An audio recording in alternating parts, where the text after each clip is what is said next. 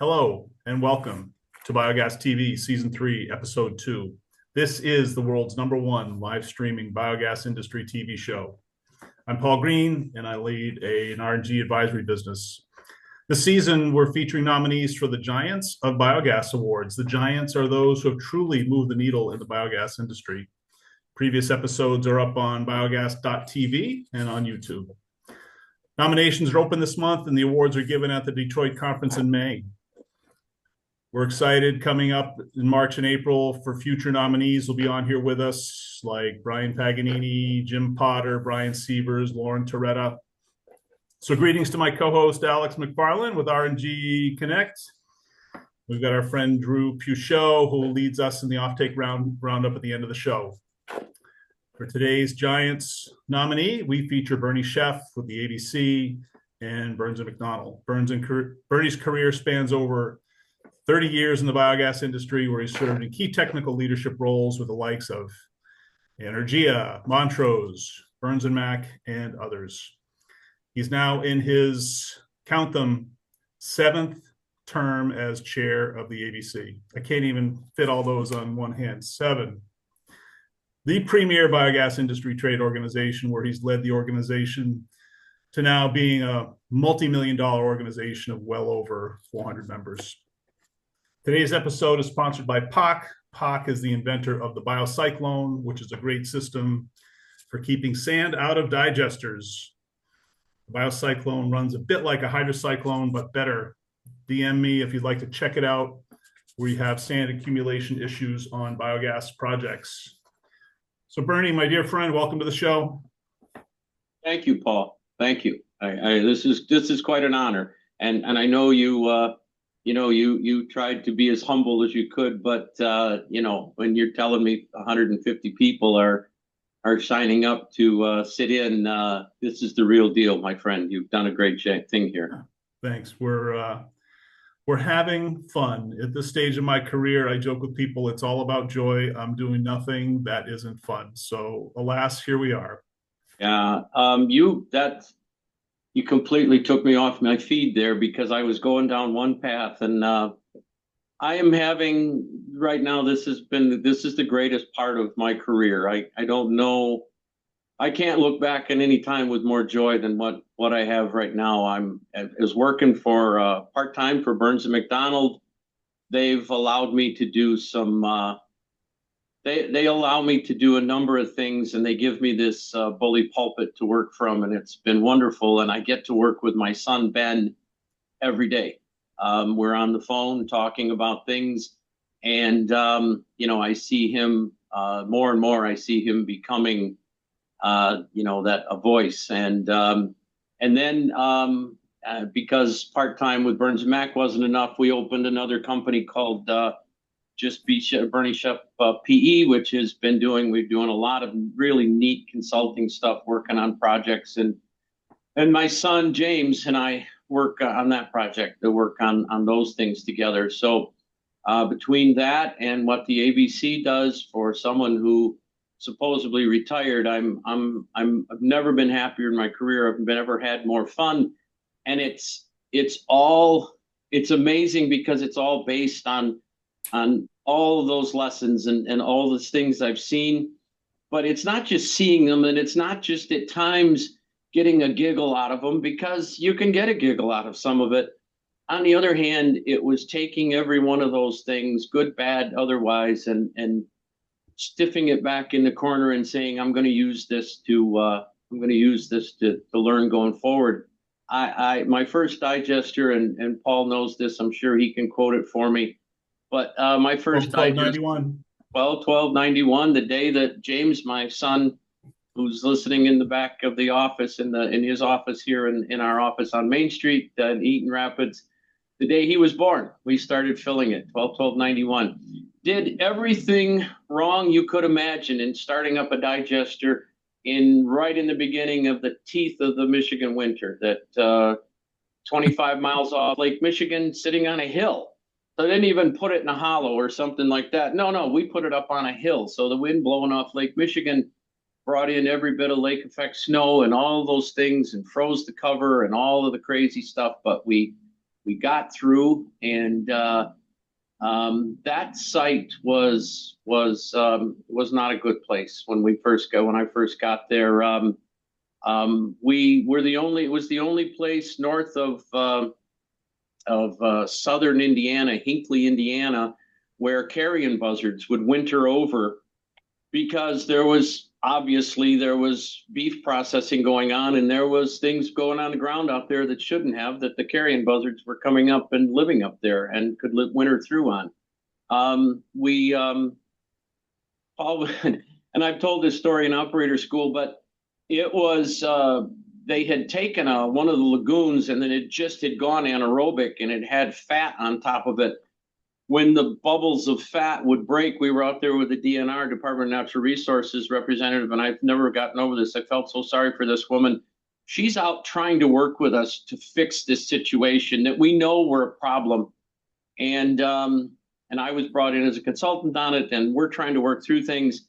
And the bubble comes up out, and the odor was so bad that she lost it, standing there on the side of the bank of the lagoon. And and of course, one of the owners was like, later on, it's like, oh, she deserved it. And I looked at him and said, no, she didn't.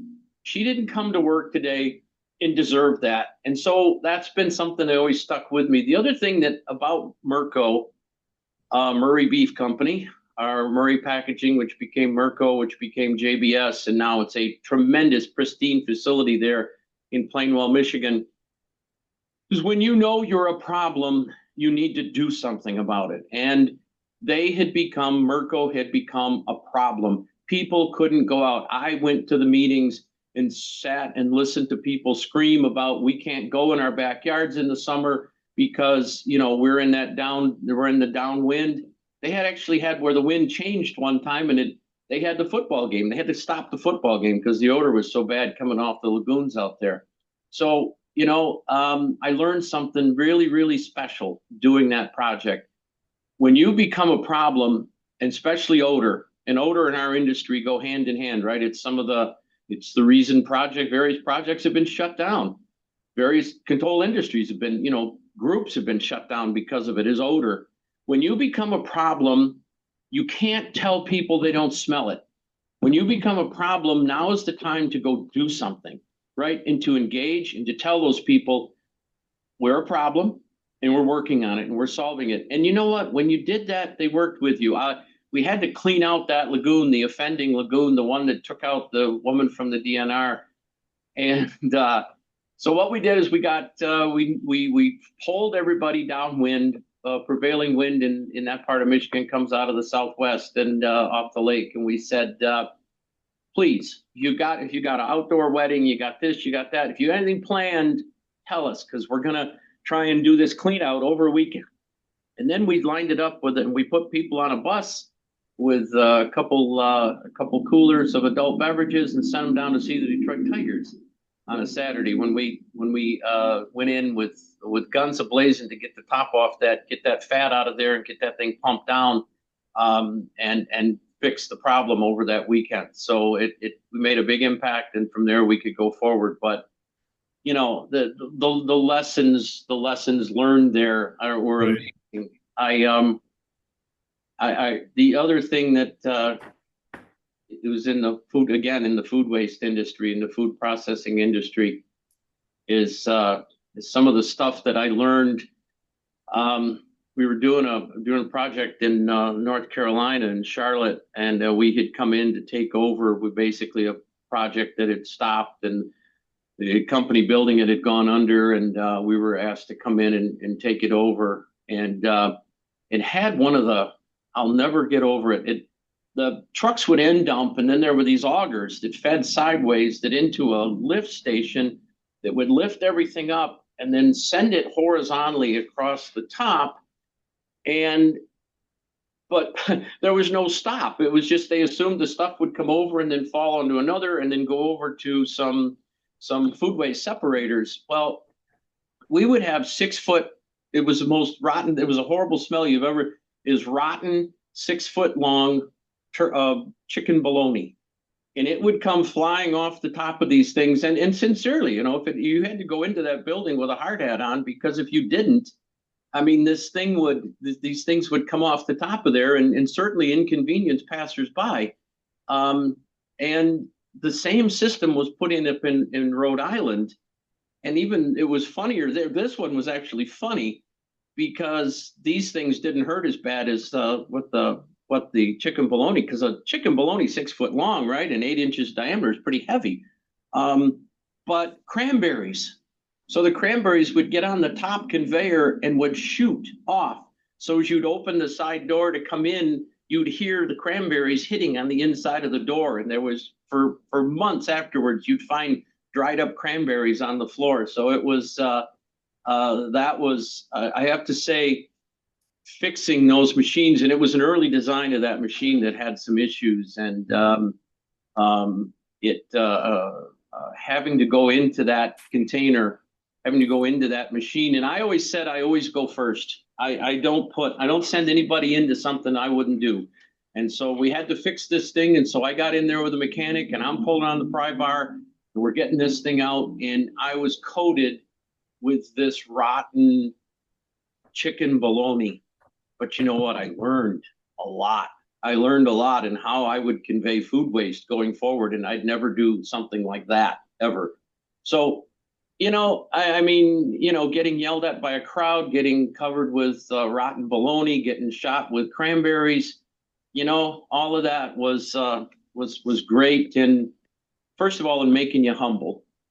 Second of all, you never, if you're the leader, then you go first. And you got to get up. You got to go up the tank first. You got to go in with them. You got to never look like you're not going to be the one to go fight that battle for them. Unfortunately, in all of that, there was one lesson, and this does not come from the digester industry, although it could. I did a lot of expert witness work in my early career, and was called on, believe it or not, this happened on February 1st. It happened on Groundhog Day. 4 men went into a meter pit to check the meter pit and to pressurize the system. And they had connected all the piping with what's called a dresser coupling. And so we have this high pressure 500 PSI line coming down from Port Huron, Michigan, going into Detroit for water and feeding all of the neighborhoods along the way.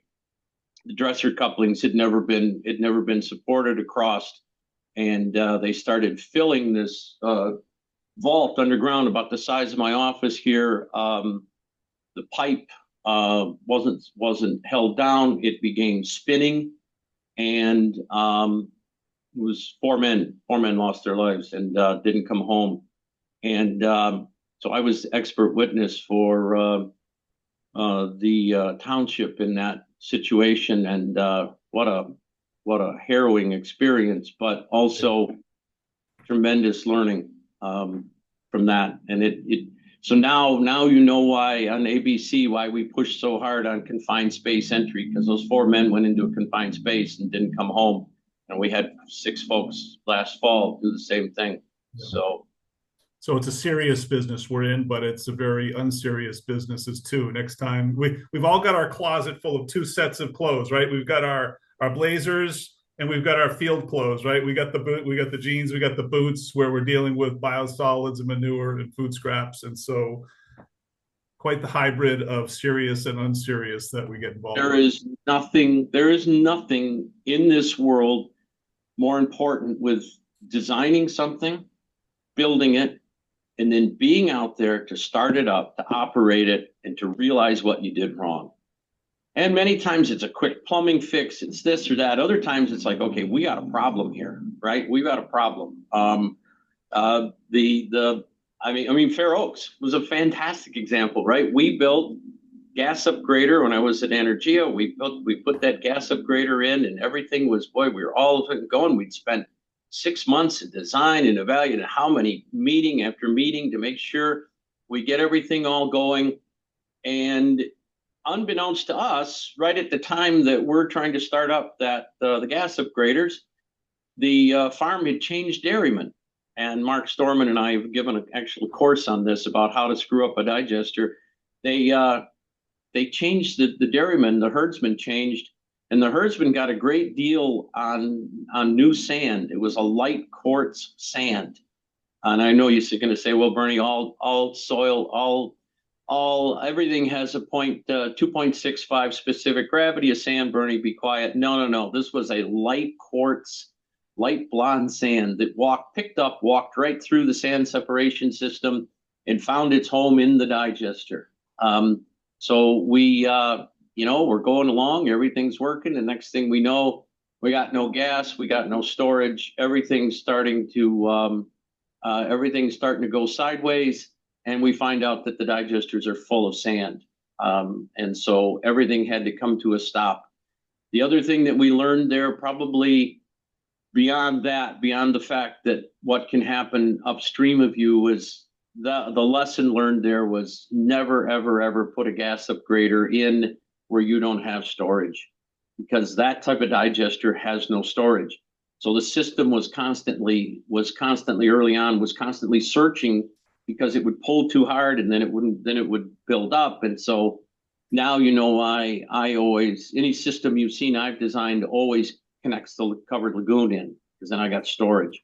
It's the reason, I go the other way, is that I was just really honored to be able to when I was with Montrose, we built a project out in at the Paloma Dairy, and I don't mind saying the name, is the Paloma Dairy.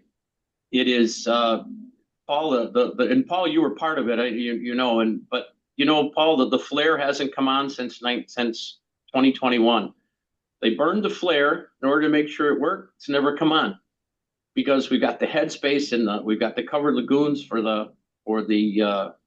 so we back up the gas in there. We treat the parlor water in the covered lagoon, and any flush water they want. We gave them the opportunity to do both, and essentially we've got a tremendous CI score. But the most amazing thing is not only the flare not coming on, but when you go out there and you stop in, and the operator, Jason, he's in the control room, and it's quiet, and it doesn't smell like a digester at all.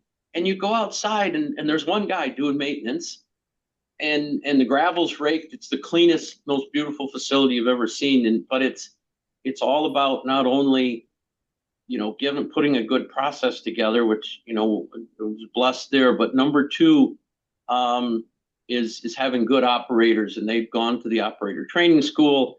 We're working on projects up in Wisconsin now, and they're telling us they're going to send all their people to operator training now in Detroit this summer, or in the spring, for Biogas Americas, because they've come back and said that operator training school, Paul, that you were part of that with me, and you and I, Mark Storman, Craig Freer, Brian Langhoff, and I'm going to miss a name, but I would say that that was the beginning of this. Maybe if there was one place in my life that some guys came together, and girls came together, people came together, and this operator training has been important. It really has, and it's changed a lot of this industry. And I think Paul, you should be very proud. I'm very proud. Mark Storman, making that happen. Craig Freer has been amazing. We've hired Hannah now for the last year. She's been in with ABC. She's picking up the ball and running with it. Yeah. Brian Langhoff, obviously. So again, right, learning from those mistakes, laughing at yourself. Absolutely laugh at yourself. But I would say, if there's any young engineers, young developers, people starting out, I have to tell you one thing. If you're a young engineer, fight to get out in the field and see your system operate. Make sure, and if you got to I don't care if you got to take vacation, go watch your system operate. You can't just put some lines down on a drawing and then move on. You need to take that time. That time in the field will pay you back 100 times. So, what does Bernie think about the timing of? Okay. You know what? I'm gonna defer you over. Talk to Heather.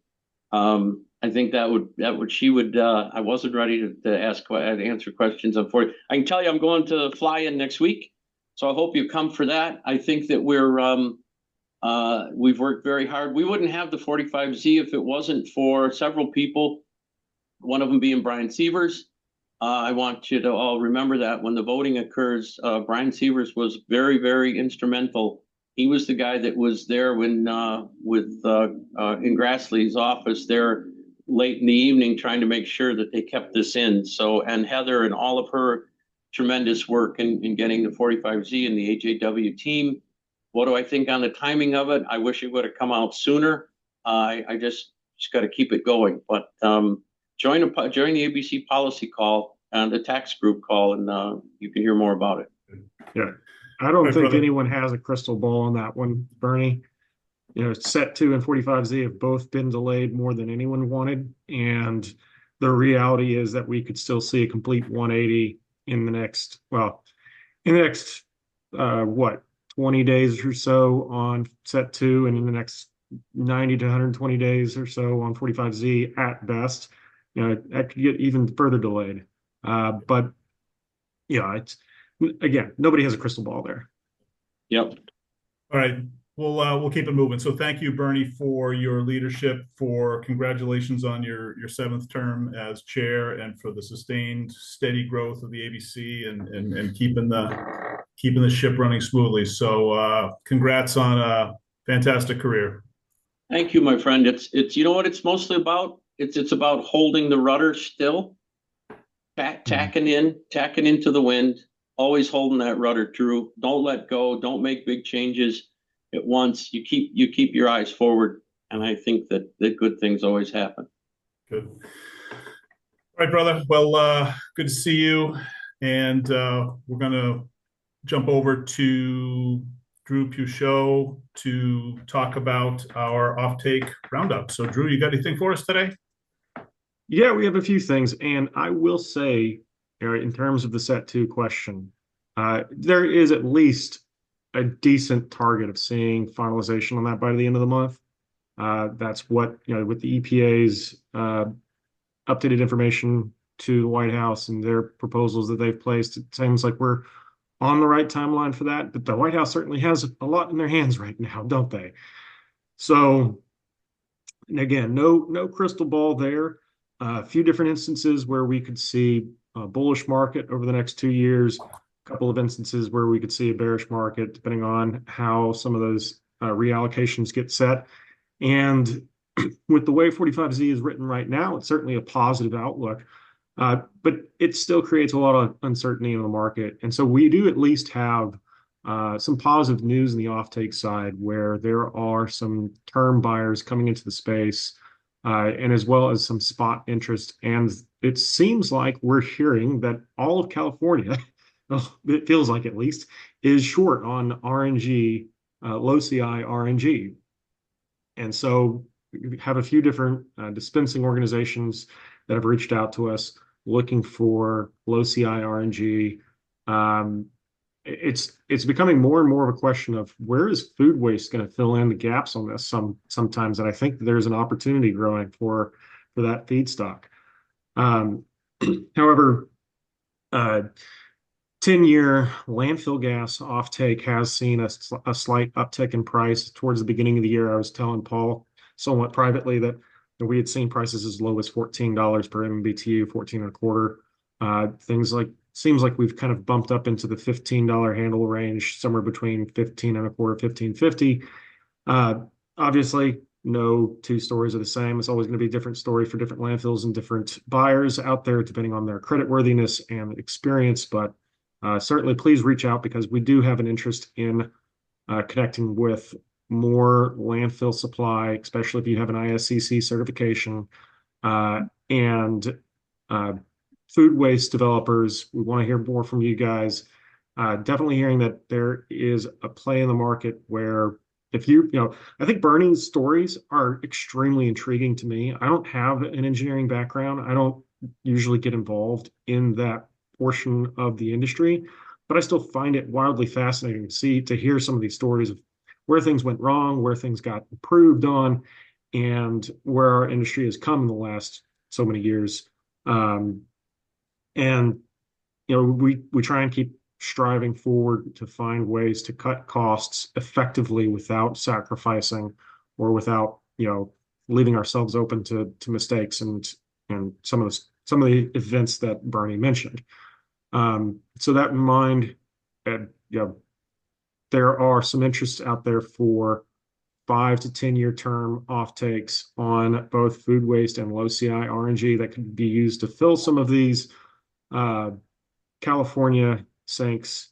I think the trick has been we've heard a lot in the market about what Canada is doing, and I've heard stories that there are $85 plus, 5 year plus offtakes. And honestly, if you've come, if somebody on this call has actually gotten one of those, I would love to hear about it, because I'm starting to think that that was a bit of a farce that was being put out for a little while in the market. I thought we put that one to bed already, Drew.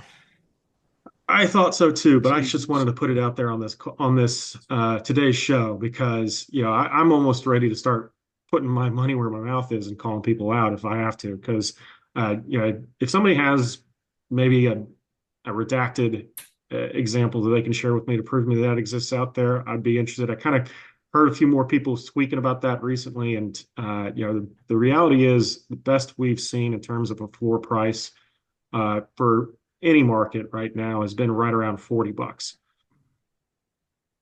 as a floor, and that's extremely good. I mean, that's for a super that's low extremely CI. good. That And in reality is I think, and that would be bundled though, so including the brown gas. right.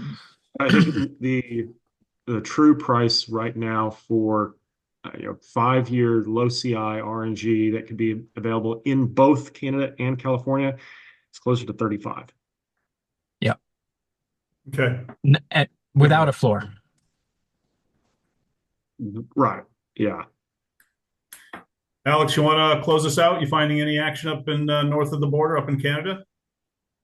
Well, lots going on. There is, I'm working on getting some dispensing capacity filled, which actually creates the liquid class credits.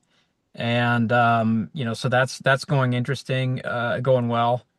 And I've got a number of both dairy and food waste clients that are looking to get there. I mean, the trick is that is the lack of the long-term offtake. At least while Fortis and Energeer are kind of retooling and waiting for PUC approvals to get back into contracting. So that's kind of without those long-term buyers, that can be a trip or a trick. But no, it was an interesting conversation, and Paul, I appreciate your Marie Kondo theory of career management at this point. Hold on to it if it sparks joy, right? Get rid of it if it doesn't. Yeah. Good. And Okay. then Bernie, I mean, sorry, one last, we're talking about odor, with these food waste plants, especially it's important to remember that anaerobic digestion is or should be the solution to organics management odor problems, and so generally when we get issues, it's when things are sort of off design or going wrong for some reason. It's not the general state of affairs. And so I think it's important to remember that's one of the great services of AD.